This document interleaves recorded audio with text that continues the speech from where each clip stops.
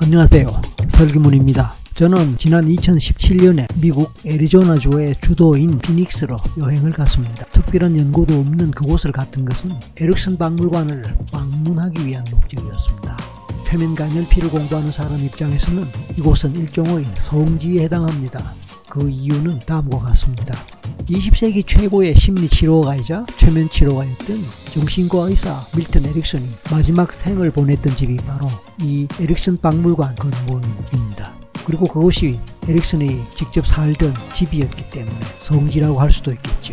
에릭슨이 최면과 NLP에 미쳤던 위대한 영향을 생각해 본다면 이곳이 최면과 NLP의 성지라고 불러도 조금 더 어색하지 않을 것입니다. 그렇습니다. 에릭슨이 살던 집, 그곳이 나중에 에릭슨 박물관이 되었다는 것입니다. 에릭슨 박물관은 원래 에릭슨이 생애 마지막 10년 동안 살던 자택이었습니다. 1980년에 그가 별세한 후에 혼자 남은 부인인 엘리자베스 에릭슨 여사가 그 집을 계속 지키면서 살았습니다. 그러나 그녀 또한 2008년에 세상을 떠난 후로 그 집은 주인 없는 빈집이 되었습니다.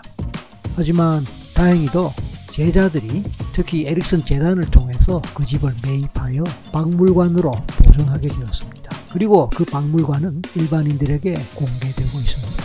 이곳에는 에릭슨의 흔적과 유품들이 고스란히 남아 있습니다. 마치 실제로 주인이 지금 살고 있는 듯 그렇게 보입니다. 저는 이미 다른 영상에서 에릭슨 박물관의 내부와 에릭슨의 유품들을 소개한 적이 있습니다.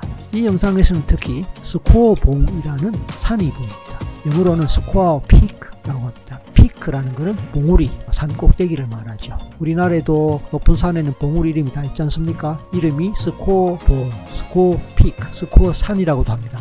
PST와 피크라는 이름으로 개명되어 불리는 이 스코어봉은 피닉스 산맥에 속하면서 이 산맥에서 두 번째로 높다고 하는군요.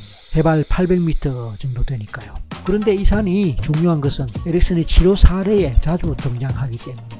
그래서 많은 사람들이 궁금해합니다.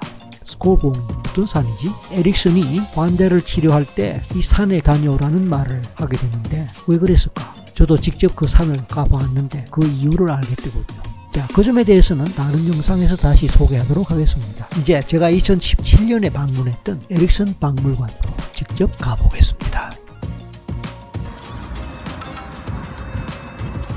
안녕하세요, 설기문입니다. 저는 지금 애리조나주 피닉스에 와 있습니다. 밀턴 에릭슨이 마지막까지 살던 집 앞에 와 있습니다. 자택입니다. 아마 10년 정도 살던 마지막 집입니다. 좀 전에 보셨던 산, 그 산은 스코어 피크라고, 스코어봉입니다.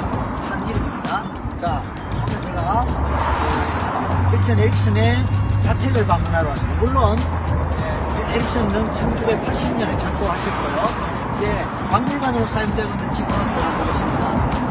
자, 집 풍경 한번 보시죠. 평범한 집입니다. 애리조나 사막지대에 아주 뜨거운 열기가 내리쬐는 그런 사막지대에 평범한 가정집입니다. 이곳에서 세계적인 최면대가 밀턴 에릭슨이 마지막 한 10년간 정도를 이곳에 살면서 자신의 장애 상태, 휠체어를 타고 장애 상태에서 많은 사람들을 상담하는 일도 했지만 또 가르치는 일, 제자들을 가르치는 일, 세계에서 찾아오는 방문객들을 대상으로 또 최면에 대해서, 심리치료에 대해서 소개하고 설명하는, 또 자신의 많은 사례들을 소개하고 설명하는 그런 시간들을 보내다가 가족들과 함께 살다가 이제 1980년에 작고하셨습니다. 자, 집 전경 모습 한번 보시죠.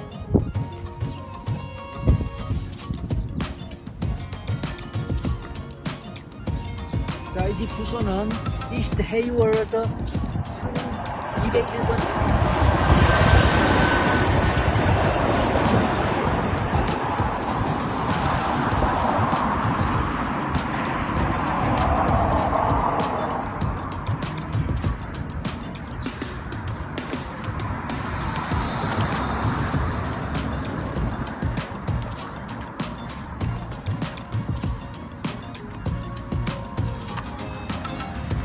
이스트 헤이워드 1201번지. 에릭슨이라는 글자가 선명하게 아직 남아 있습니다.